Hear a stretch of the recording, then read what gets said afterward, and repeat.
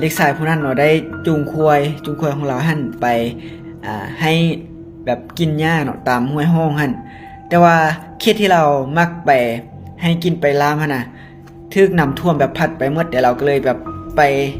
อีกบ่อนนึงเนาะก็คือแบบใกล้ๆหั่นแหละเลยแต่ว่ามันเป็น